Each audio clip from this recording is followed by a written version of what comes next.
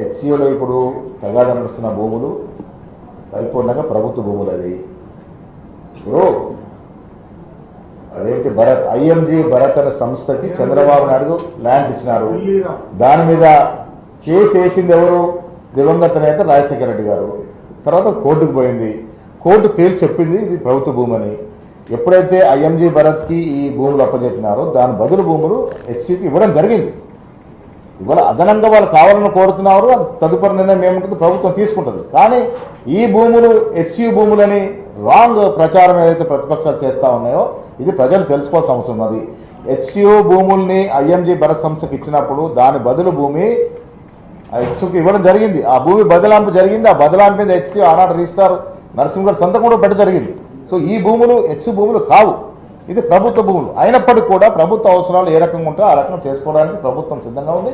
ఇవాళ ఈ భూముల విషయంలో రాద్ధాంతం చేస్తున్నట్టు మహనీయులు కేటీఆర్ గారు మరి ఆనాడు అక్కడ ఒక పెద్ద సంస్థ భూములు కడితే దానికి బాధంగా హెచ్యు మధ్య నుంచి రోడ్డిచ్చిన పాపాన పోలేదా? ఇవాళ ఏ రకంగా మాట్లాడుతూ ఉన్నారు వాళ్ళు? ఇది కాకుండా కేటీఆర్ కేసీఆర్ హయాంలో హైదరాబాద్ చుట్టూన్నటువంటి గోల్డ్ మైన్ లాంటి ప్రభుత్వ భూములు ఎన్ని భూములు అమ్మారు, ఎన్ని భూముల్ని వారి అనుయ సంస్థలకి కారు చౌకగా కట్టబెట్టారు. ప్రభుత్వ ఆస్తుల యొక్క ధ్వంసం ఏ రకంగా జరిగిందో మేము చర్చకు సిద్ధము. బాహటంగా హైదరాబాద్ చుట్టూ భూముల్ని దోచేసిన ఘనత కేసీఆర్ కుటుంబాన్ని.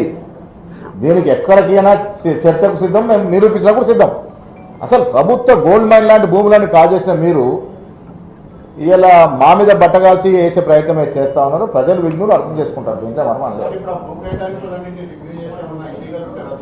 డెఫినెట్గా నేను మొన్నే ముఖ్యమంత్రి గారికి పత్రికా ముఖంగా విజ్ఞప్తి చేశాను. ముఖ్యంగా యూనివర్సిటీస్లో ఎక్కడెక్కడ భూములు ఎంక్రోచ్ అయ్యి వాటన్నిటి మీద కూడా విచారణ జరపాలని. ప్రభుత్వ భూములు ఎక్కడ ఎంక్రోచ్మెంట్ అని అసలు హైడ్రా తీసుకొచ్చింది ఎవరండి? ఎందుకు తీసుకొచ్చినాం హైడ్రా? ముఖ్యమంత్రి గారికి ఒక దూరదృష్టి ఉంది, ఒక ఆలోచన ఉంది. అన్యాక్రాంతమైనటువంటి ప్రభుత్వ భూములు మొత్తం వెనక్కి తీసుకోవాలని ఒక సదుద్దేశంతో హైడ్రా తీసుకొచ్చాం కదా.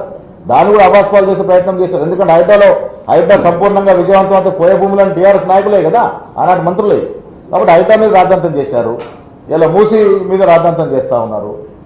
రాష్ట్రాన్ని సమూలంగా డిస్టర్బ్ చేస్తూ అభివృద్ధికి అడ్డరుగున అడ్డుపడుతున్నటువంటి వ్యక్తులు బీఆర్ఎస్ నాయకులు, బీజేపీ నాయకులు.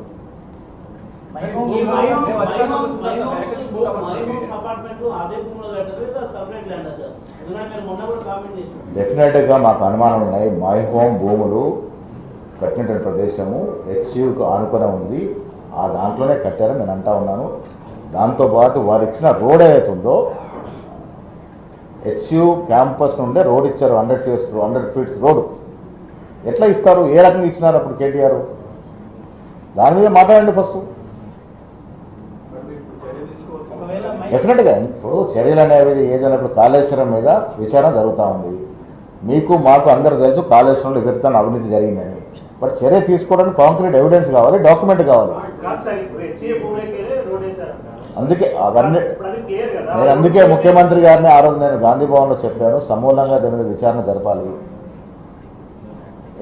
హెచ్సియు భూములు ఎక్కడెక్కడ అన్యాక్రాంతమైనయో సమూలంగా విచారణ జరపాలి.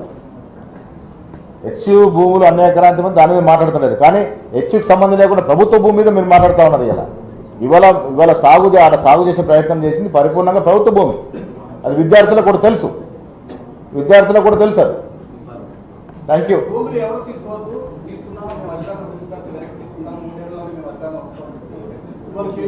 పగటి కాలను కంటున్నారు కేటీఆర్ గారు.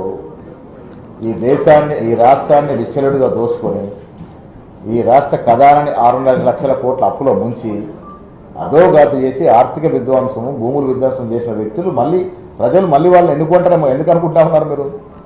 నేను చాలా సందర్భాలు చెప్పాను, ఇవాళ ఢిల్లీ వేదిక చెప్తా ఉన్నారు. వచ్చే రోజుల్లో రాజకీయ ముఖ చిత్రంలో బీఆర్ఎస్ పార్టీ ఉండదు కాక ఉండదు.